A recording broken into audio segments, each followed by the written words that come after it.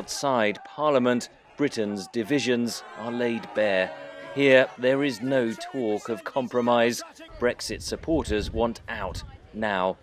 We actually voted to leave, and leave we should. We weren't told leave with a deal. That wasn't on the ballot paper. It said leave or remain, and we expect to leave.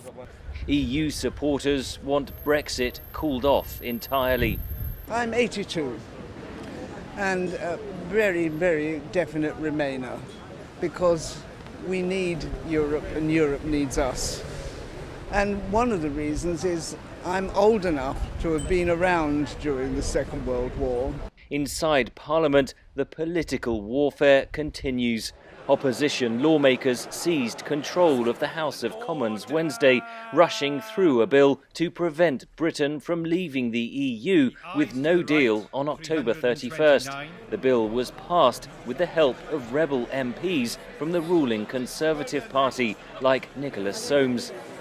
It merely seeks to avert the immediate risks of the disaster of a no-Brexit exit on the 31st of October, and it thereby seeks to give the government and this House a further opportunity to achieve a resolution of this profoundly difficult issue. Soames, the grandson of wartime Prime Minister Winston Churchill, was among 21 Conservative MPs effectively thrown out of the party for voting against the government. The new legislation would require the Prime Minister to go to Brussels and ask for a Brexit extension. He has refused. If he were to ignore a piece of statute law, he'd have to wind up in the courts. That would have to be adjudicated in the courts, but that would be a terribly un-British thing to do. I mean, people who hold high office ought to obey the rule of law.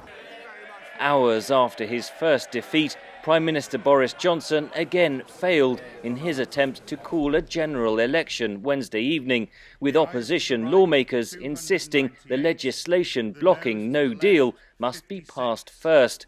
Johnson accused opposition Labour leader Jeremy Corbyn of cowardice. I think he has become the first, to my knowledge, the first leader of the opposition in the democratic history of our country to refuse the invitation to an election. Johnson could use other parliamentary shortcuts to try to force an imminent election. The Prime Minister received backing Wednesday from his ally across the Atlantic. He's in there fighting, and he knows how to win. Boris knows how to win. So far, Johnson has lost 4 votes out of 4. The legislation to block no deal is being debated Thursday in Britain's upper chamber, the House of Lords, where opponents could seek to filibuster the bill. Britain's political meltdown could be turning rapidly into a constitutional crisis.